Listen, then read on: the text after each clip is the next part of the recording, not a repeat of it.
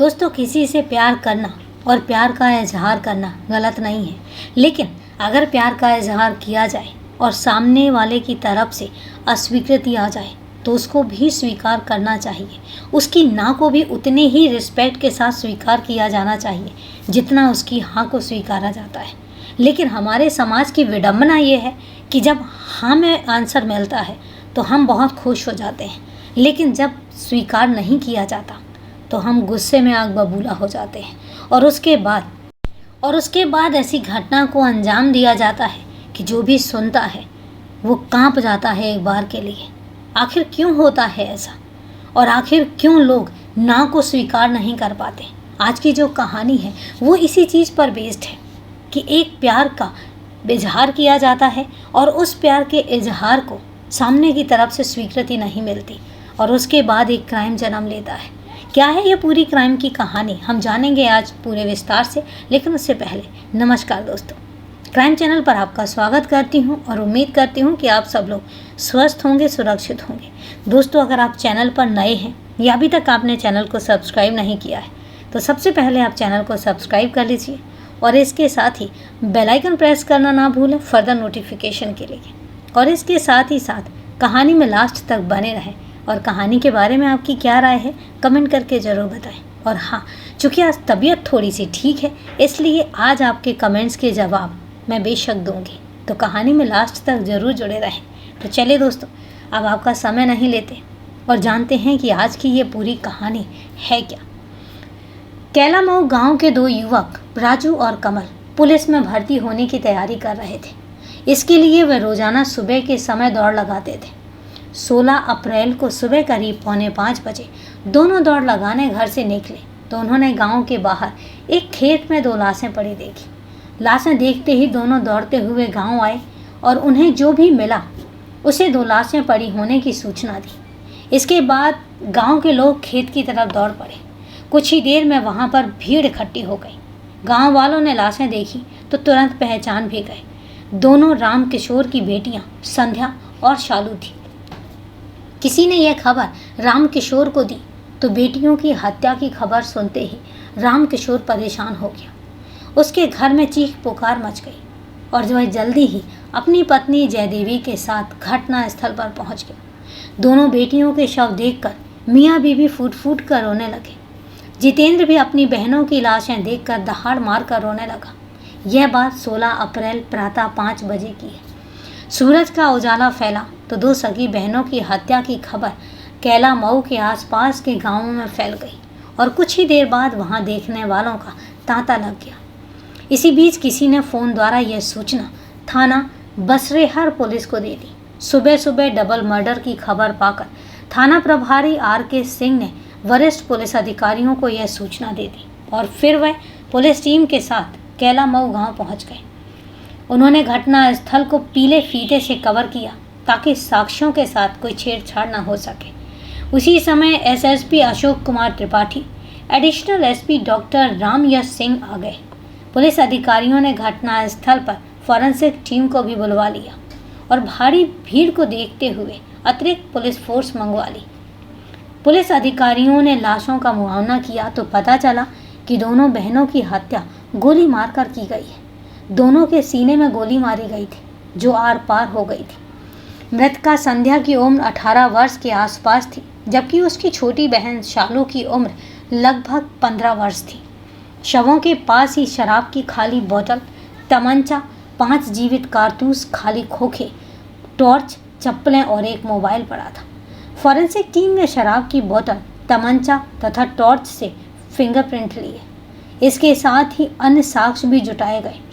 Police ने घटनास्थल पर मिली सभी चीज़ें बरामद कर ली। पुलिस अधिकारियों ने मृतक बहनों के पिता राम किशोर से घटना के संबंध में जानना चाहा तो वह फफक पड़ा। उसने बताया कि बीती रात वह फसलों की रखवाली के लिए खेतों पर था। सुबह उसका बेटा जितेंद्र रोते पीटते आया और बताया कि संध्या और सालू को किसी ने मार डाला है। इसके बाद वह पत्नी को घर से लेकर घटना स्थल पर पहुंचा। क्या तुम बता सकते हो कि तुम्हारी बेटियों की हत्या किसने और क्यों की? SSP ने राम किशोर से पूछा। साहब, हम गरीब किसान हैं, हमारी किसी से ना तो कोई रंजिश है और ना ही किसी से लेन देन का झगड़ा है। पता नहीं मेरी बच्चियों ने किसी का क्या बिगाड़ा था जो उन्हें इस तरीके से मार डाला। इसके बाद उन्होंने रामकिशोर के बेटे जितेंद्र से पूछताछ की तो उसने कहा, सर सोमवार की शाम मैं घर पर ही था। देर शाम संध्या और शालू माँ से जंगल जाने की बात कहकर घर से निकली थी। काफ़ी देर तक जब घर वापस नहीं आई तो मैंने माँ से पूछा। माँ ने कहा कि पड़ोस में रहने वाले ज्ञान सिंह के यहाँ तिलक का कार्यक्रम है, शायद दोनों वहीं चली गई होंगी। और इसके बाद मैं सो गया।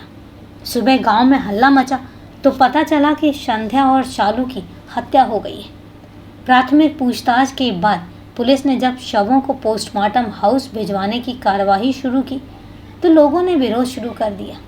दरअसल लोगों को शक था कि संध्या और शालू को दरिंदों ने पहले हवस का शिकार बनाया और भेद न खुले इसलिए दोनों को मार डाला।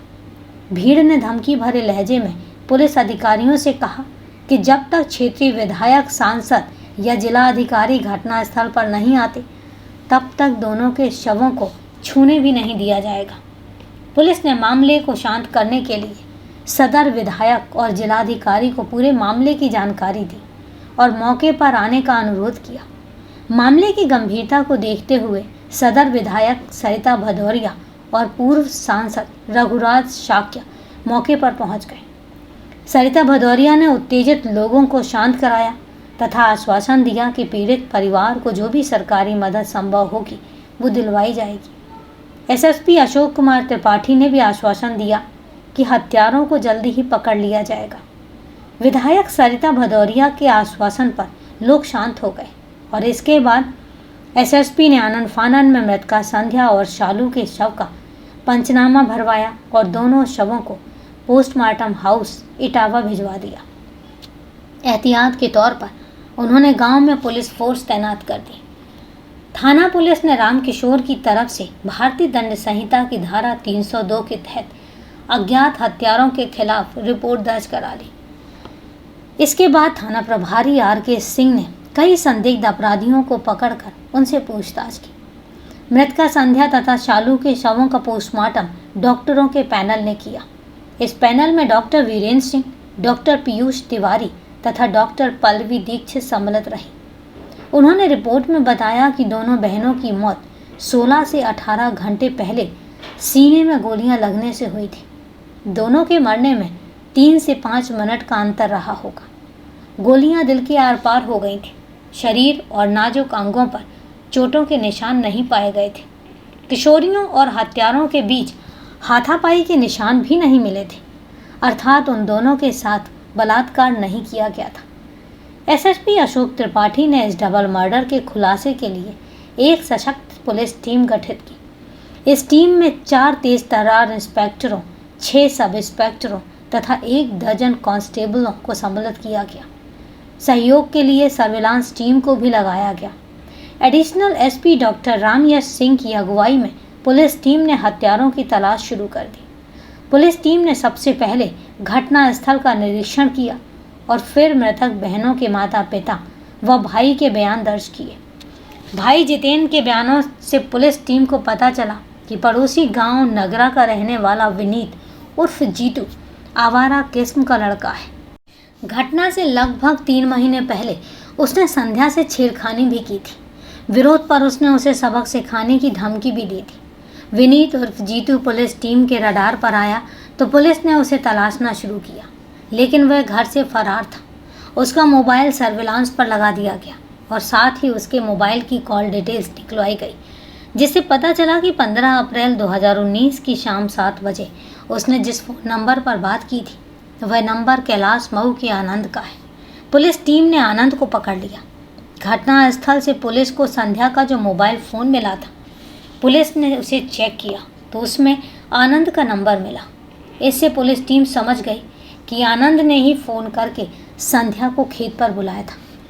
पुलिस ने थाने ले जाकर आनंद से सख्ती से पूछताछ की तो वह टूट गया और उसने स्वीकार कर लिया कि वह इस दोहरे हत्याकांड में शामिल था। उसने बताया कि हत्या का मुख्य किरदार विनीत उर्फ जीतू है।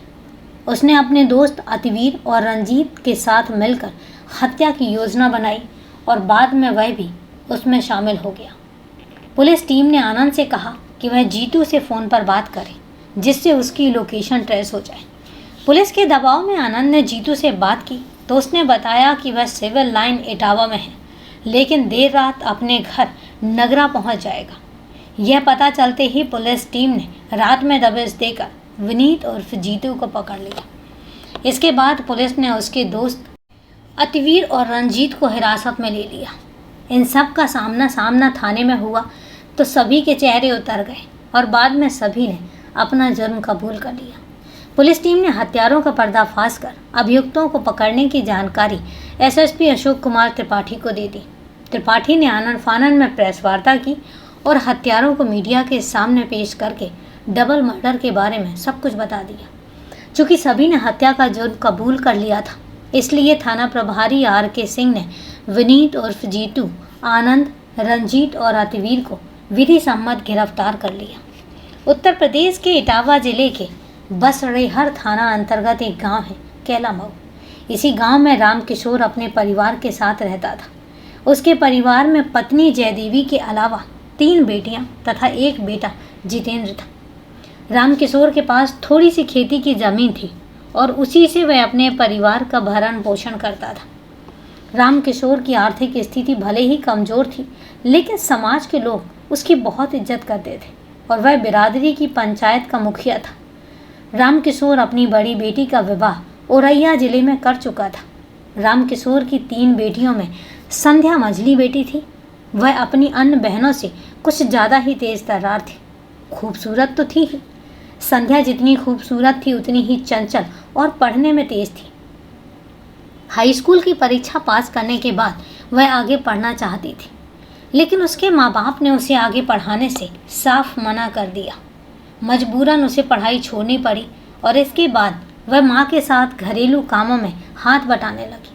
संध्या पर वैसे तो गांव के कई युवक फिदा थे, लेकिन पड़ोसी गांव नगरा का रहने वाला 23 वर्षीय विनीत उर्फ जीतू उसके नज़दीक आने के लिए कुछ ज़्यादा ही उतावला था। विनीत के पिता धनाढ़ किसान थे। गांव में उनका दबदबा भी था। विनीत आवारा किस्म का लड़का था। वह बाप की कमाई पर ऐश करता था और उसने गांव में कई हम उम्र लड़कों से दोस्ती गांठ रखी थी। संध्या के भाई जितेंद्र से भी विनीत और जीतू की जान पहचान थी। कभी कभी दोनों के बीच गपशप भी हो जाती थी और ऐसे ही एक रोज़ सुबह को विनीत संध्या के घर आया और वह घर के बाहर पड़ी कुर्सी पर बैठ गया। फिर संध्या के भाई जितेंद्र से उसकी बातचीत होने लगी। संध्या उस समय चबूतरे पर झाड़ू लगा रही थी। उसकी नज़रें विनीत से टकरा जाती तो वह मुस्कुरा देता। यह देखकर संध्या नज़रें नीचे झुका लेती।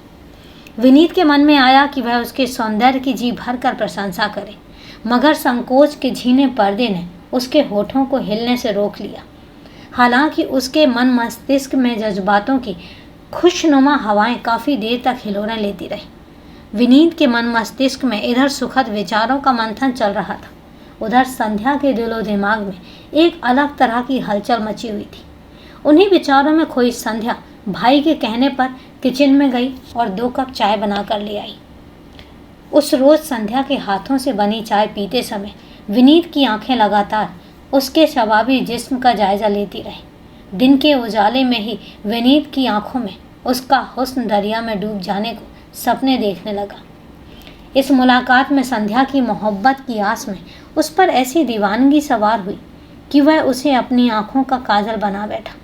कुछ ही दिनों में आंखों से उठकर संध्या ने विनीत की रूह में आशियाना बना लिया। विनीत जैसा ही हाल संध्या का भी था। रात को वह सोने के लिए लेटती तो विनीत का मुस्कुराता चेहरा उसकी पलकों में आकर छुप जाता।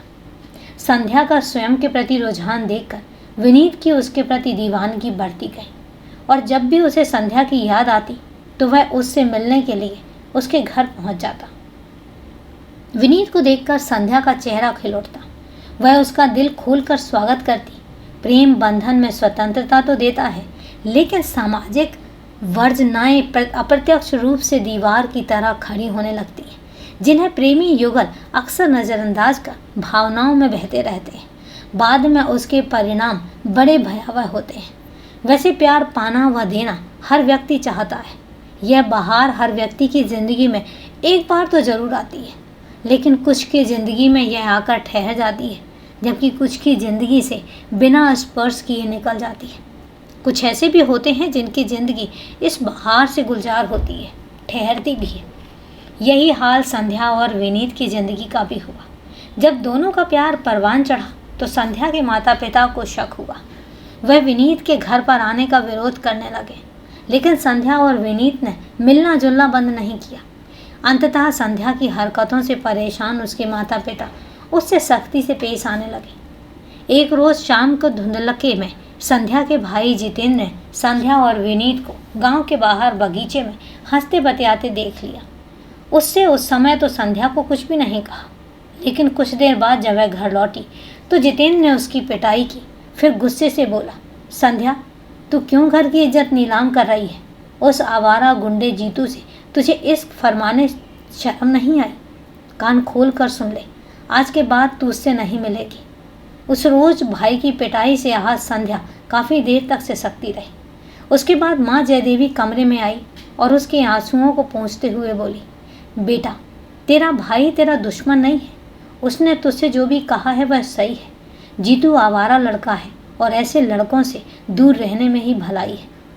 भाई की डांट डपट और माँ की नसीहत ने संध्या के मन में हलचल पैदा कर दी। वह सोचने लगी कि शायद माँ और भाई सही कह रहे हैं। अतः उसने निश्चय कर लिया कि अब वह विनीत के झांसे में नहीं आएगी और उससे दूरी बनाकर रखेगी। संध्या ने जो सोचा उस पर अमल करना भी शुरू किया। अब वह विनीत से कन्नी काटने लगी। संध्या ने जब विनीत से बातचीत बंद कर दी तो वह परेशान रहने लगा। आखिर जब उससे रहा नहीं गया तो उसने किसी तरह संध्या से मुलाकात की और पूछा कि वह उससे दूर क्यों भाग रही है। इस पर संध्या ने दो टूक जवाब दिया, जीतू, हमारे तुम्हारे विचार मेल नहीं खाते, हमारी तुम्हारी नहीं निभ सकती, इसलिए तुम मुझे भूल जाओ। संध्या की बात सुनकर विनीत सन्न रह गया। उसके प्रेम संबंधों को संध्या ने एक ही झटके में तोड़ दिया। इससे पहले कि वह गुस्से से बेकाबू होता, संध्या वहाँ से चली गई और विनीत उसे देखता रह गया। घर पहुँचने पर विनीत को लगने लगा कि संध्या ने उसके प्रेम को यूं ही नहीं ठुकराया है। जरूर उसके जीवन में कोई दूसरा आ गया है। वह दूसरा कौन है, वह इसका पता लगाने में जुट गया। एक रोज़ संध्या उसे अपने खेत पर दिखी। कुछ देर बाद वह घर वापस जाने लगी तो विनीत ने उसका रास्ता रोक लिया और पूछा, क्या तुम्हारे जीवन में कोई दूसरा आ गया है?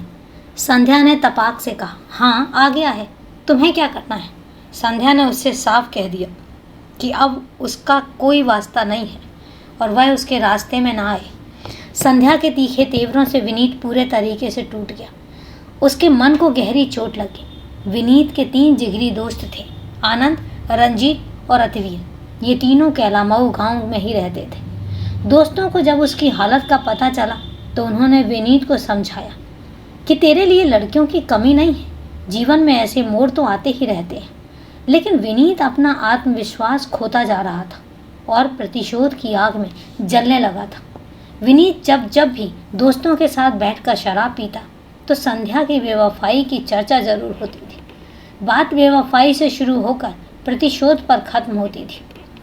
चूंकि उसके दोस्तों को मुफ्त में शराब पीने को मिलती थी, सो वह विनीत की हाँ में हाँ मिलाते थे और उसका साथ देने का वादा भी करते थे। जनवरी 2019 के प्रथम सप्ताह में एक रोज़ विनीत अपने दोस्तों रंजीत, आनंद और अतवीर के साथ गांव के बाहर बगीचे में बैठा शराब पी रहा था। तभी उसे खेत की तरफ से आती संध्या दिखाई दी। वह खेत से टोकरी में आलू लेकर घर लौट रही थी। संध्या को देखकर विनीत अपने दोस्तों के साथ उसके पास पहुंचा और उससे छेड़खानी करने लगा।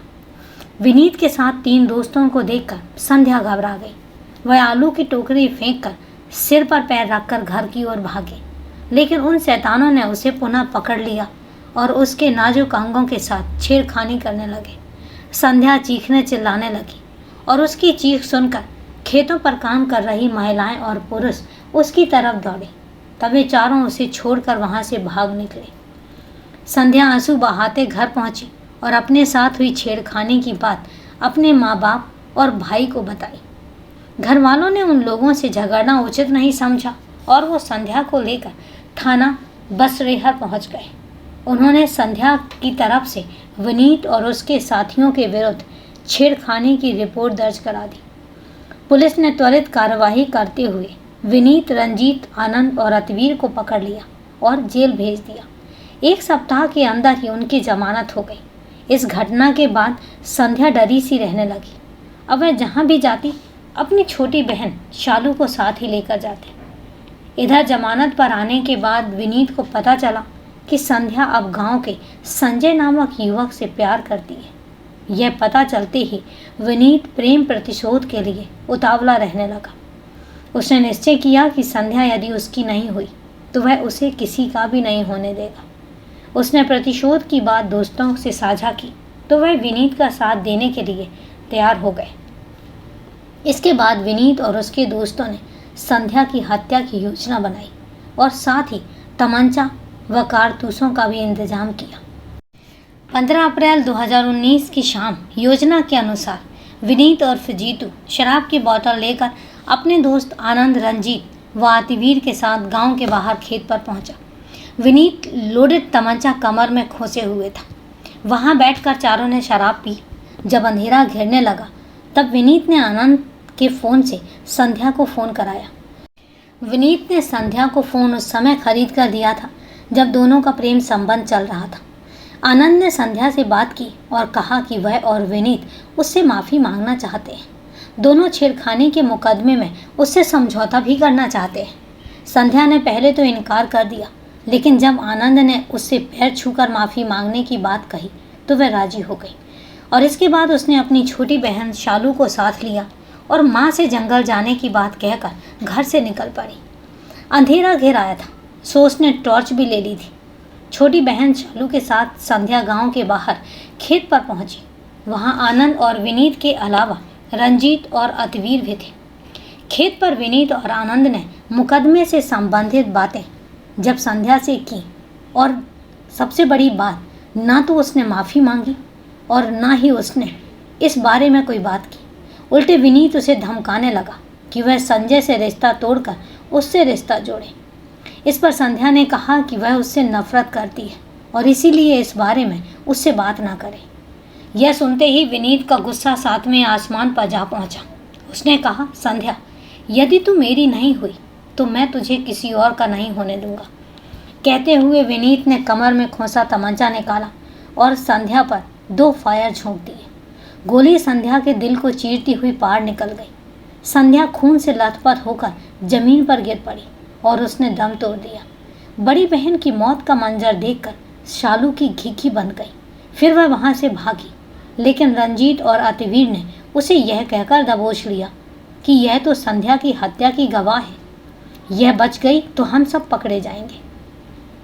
अतः आनंद ने विनीत के हाथ से तमंचा लेकर शालू के सीने पर भी 2 गोलियां दाग दी।